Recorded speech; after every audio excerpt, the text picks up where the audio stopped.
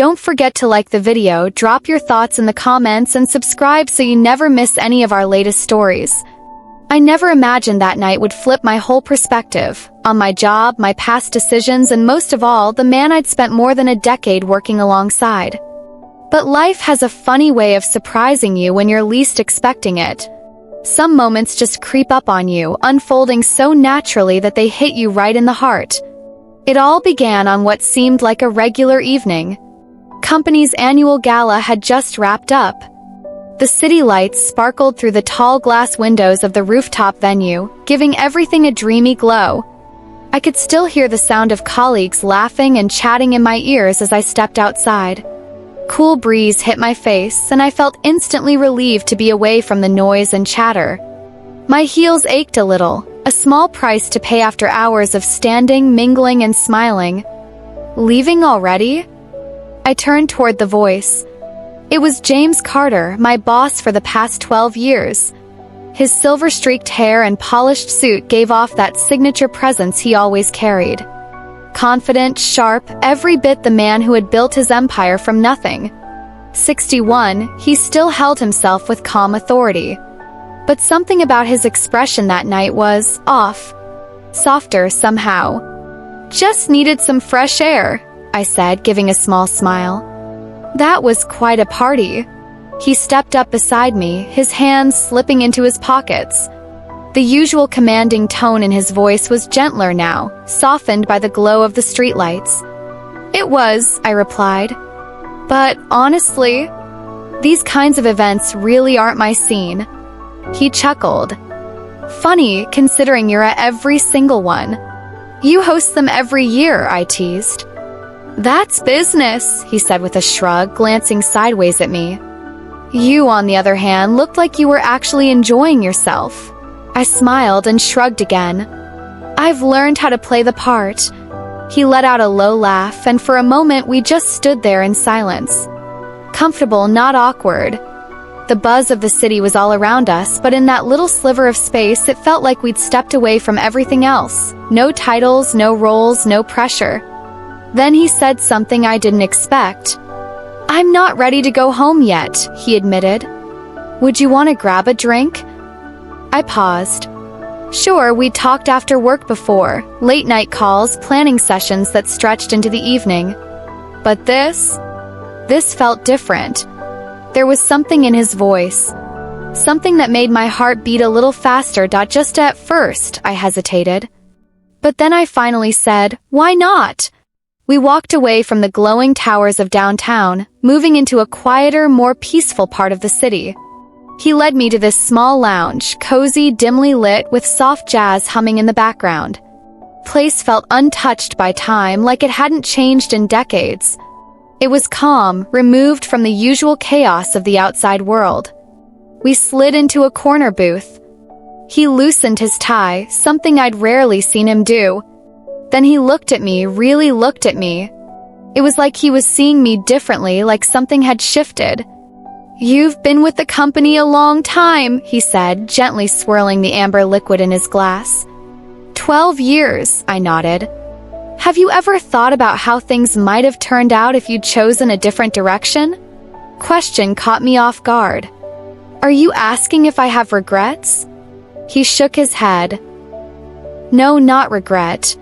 Just curiosity. Do you ever think about the paths you didn't take? I let out a slow breath. I think we all do at some point.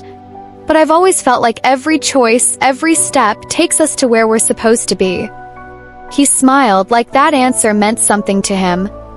That's a wise way of seeing things. And then we talked, really talked, for the first time in years. Not about work. Not about goals or deadlines or quarterly targets. About life. He told me about his early days. The uphill battles. What it took to build the company. The things he gave up along the way. I shared pieces of myself too, the dreams I once had, the experiences that shaped who I am today. Time became blurry. One drink turned into 2, then 3. And somewhere between stories and laughter, the mood between us shifted. He reached across the table, his fingers lightly brushing the back of my hand. It was cautious, searching. I didn't pull away. There was a pause, a breath held in the air. Everything seemed to hang there. Then he said quietly, "I've never told you this, but I've always admired you. Not just for your work. There's something about you, this steady presence you bring.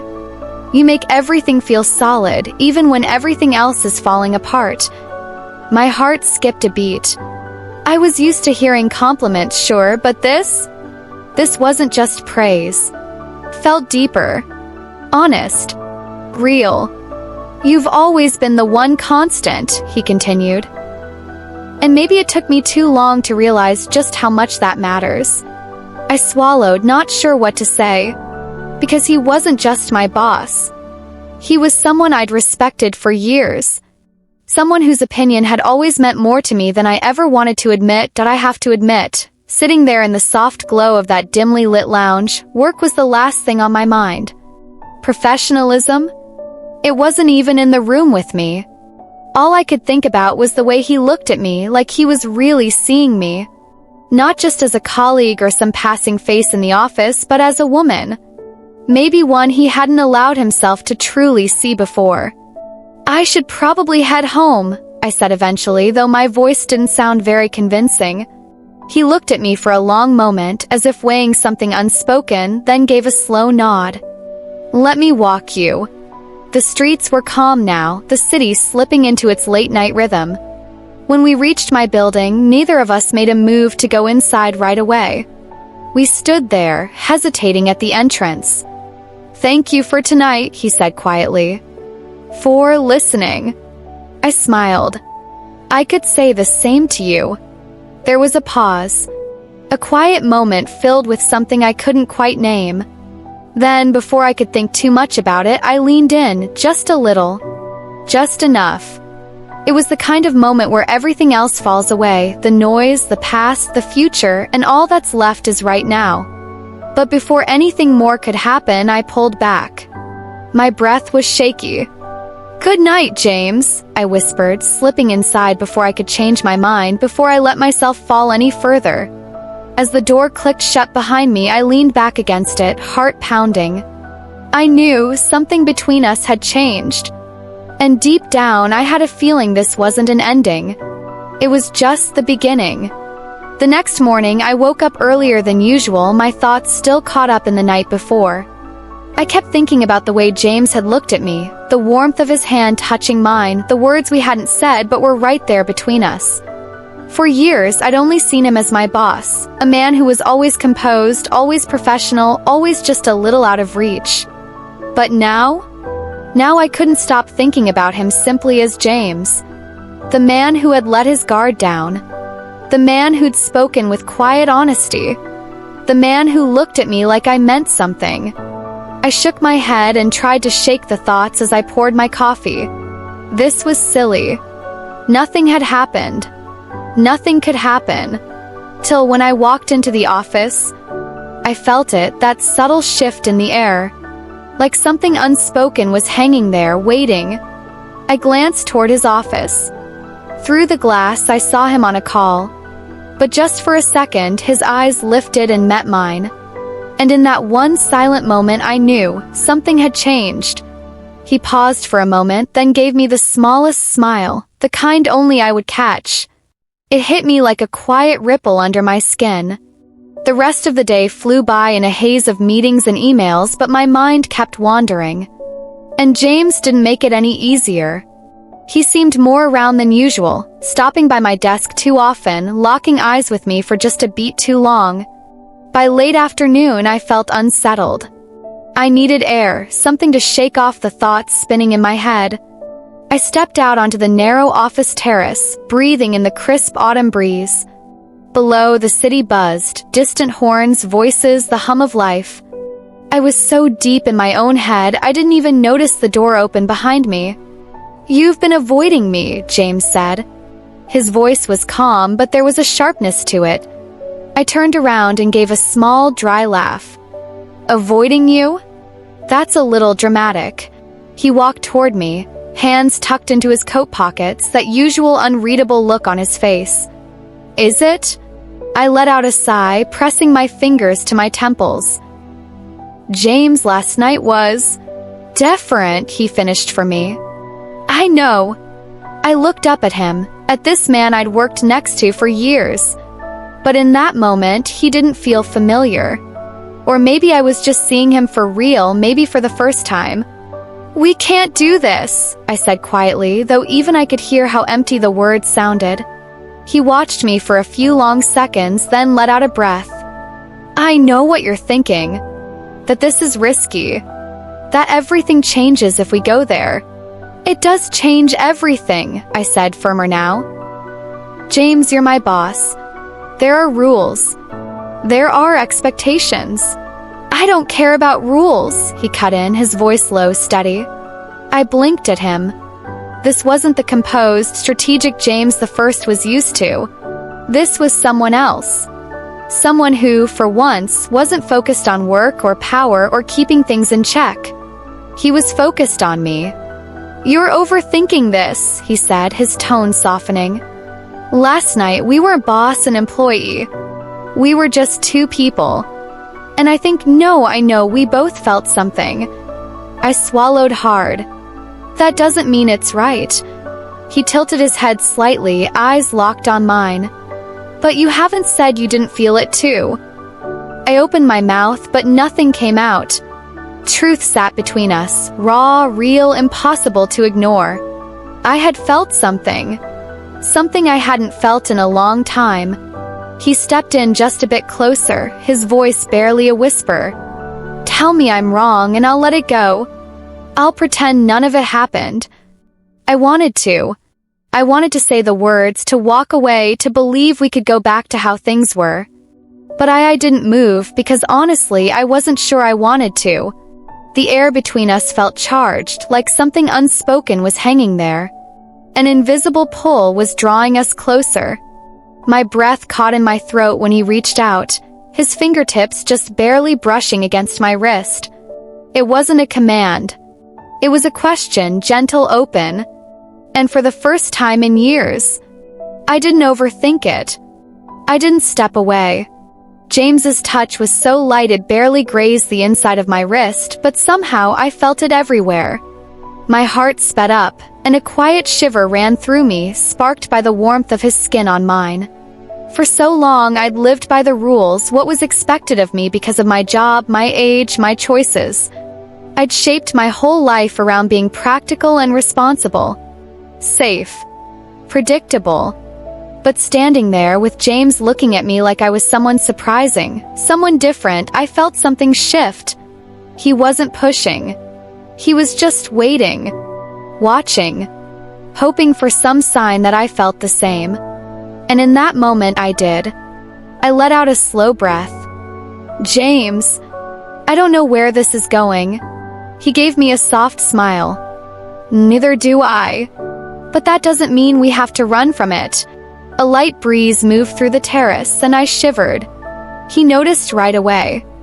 Without a word, he slipped off his suit jacket and gently placed it over my shoulders. The fabric held his scent, something warm, a little spicy, and deeply familiar. It wrapped around me like a quiet promise. Come on, he said, nodding toward the office door. Let's get out of here. I hesitated. You mean right now? Why not? His voice was casual, but underneath it I could hear something steady. Certain. I glanced back through the glass doors. Inside, the office was still buzzing with the usual end-of-day rhythm. People were gathering their things, making small talk, heading home, doing what they always did. And I knew that if I went back in, I'd fall right back into the same pattern. I'd gather my stuff, go home, make dinner, and sit alone with my thoughts, pretending like none of this ever happened. Something had shifted. I could feel it. And for the first time in what felt like forever, I didn't want to let this moment pass me by. All right, I said, my voice steadier than I thought it would be. Let's go. We ended up at a cozy, softly lit restaurant just a few blocks away. It was the kind of place where the music played quietly in the background, and the waiters spoke in calm, low voices. James ordered a bottle of wine, and when I took that first sip, feeling it warm my throat, I finally began to relax. "So," I said, setting my glass down, "what exactly are we doing here?" He leaned back, watching me with that same unreadable look he always wore at the office. But tonight there was something different in his eyes, something more. "Honestly," he said, swirling his wine slowly, the deep red catching the light, "I just wanted to be somewhere with you where we didn't have to pretend." I swallowed. Pretend. His eyes met mine. That last night didn't mean something. The words hit hard, hanging between us like a weight. I opened my mouth, trying to find the right response, but this time I didn't want to overthink it. I didn't want to filter or fine-tune every word before I said it. I exhaled. It did. Something flickered across his face. Relief, maybe. Or maybe something even deeper. We talked for hours after that. Not about work. Not about responsibilities. Just about us. I told him things I hadn't said out loud in years. I shared how I'd spent so long pouring everything into my career. How I'd convinced myself that love, passion, connection, those were for other people. Younger people. People who still had all the time in the world. James didn't interrupt. He really listened. And when I finally stopped talking, he reached across the table. His fingers brushed mine, so gently but with purpose. And that simple touch made my breath catch. "You're not the only one who feels that way," he said. And I believed him. By the time we stepped outside, the city had calmed. The streets glowed under the soft amber light of the street lamps, and the distant hum of cars filled the quiet between us. We walked, slowly, neither of us ready to say goodnight. At a crosswalk, he paused and turned to face me. "I don't want to rush this," he said gently. "But I also don't want to pretend it doesn't matter." My heart pounded. "James." He gave a small laugh and shook his head. "I know. It's complicated." I let out a breathy laugh. That's an understatement. We stood there for a moment, just the two of us, while the city buzzed all around. Cars passed, people moved, life went on, but somehow in that instant it felt like we were completely alone in the world. Then, without a plan, without even thinking about it too hard, I stepped closer. James caught his breath. His eyes locked with mine as if searching for something, maybe reassurance, maybe permission. And then I gave in. Kiss came slow, gentle, uncertain, like the opening lines of a song neither of us knew the tune to just yet. His hand came up to rest on the side of my face.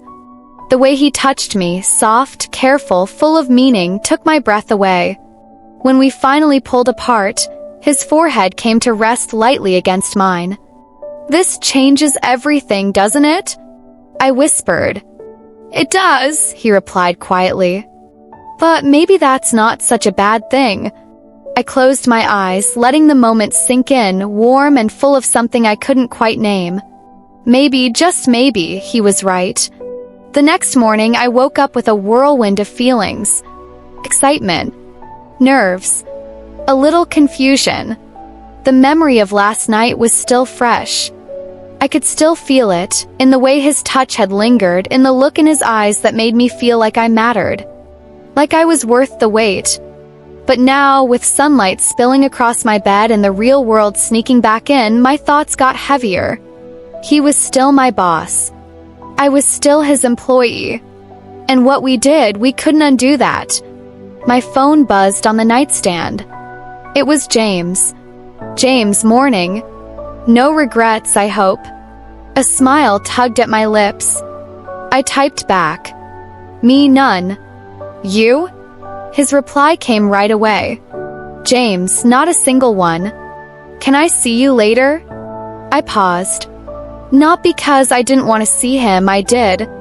But because I didn't know what later meant anymore. Could we even be something outside the office? Could we really leave behind the rules we'd followed for so long? I took a deep breath and responded. Me, yes. But we need to talk first. That evening, we met at a quiet park just outside the city. far from office noise, far from curious glances. James was already there when I arrived, leaning against a bench, hands tucked into his pockets. When he looked up, his expression was softer than I'd ever seen it. "Hey," he said. "Hey," I replied, sitting down beside him. For a few moments, we sat in silence, just watching the sun cast golden light through the trees. Then I turned to him. "James, I need to know. Where do we go from here?" He let out a breath like he'd been holding it in all day. "And that's where your excerpt ends." "I don't have all the answers," James admitted, "but I do know what I don't want. I don't want to act like last night never happened." I nodded slowly. "Me neither." He turned to face me more fully. "Then let's not turn this into something driven by rules or expectations. Let's make it about us, whatever that ends up looking like." I swallowed hard, my heart pounding. He let out a quiet laugh. "I'm not going to let this mess with your career. You've worked way too hard for that. If we need to set some boundaries at work, we'll do that. But I don't want to throw this away just because it might be complicated." His words settled something inside me. For a long time, I'd let fear of uncertainty stop me from taking chances, especially chances on love. I convinced myself I was too old to feel this way again. But now, here was James right next to me, ready to figure it out together. I reached for his hand. "Okay," I said, my voice firm and clear. "Let's see where this goes." The relief in his smile was unmistakable. As he leaned in and kissed me, slowly, gently, under the soft glow of the fading evening light, a quiet truth rose up inside me. This wasn't just one unforgettable night. This was the start of something new.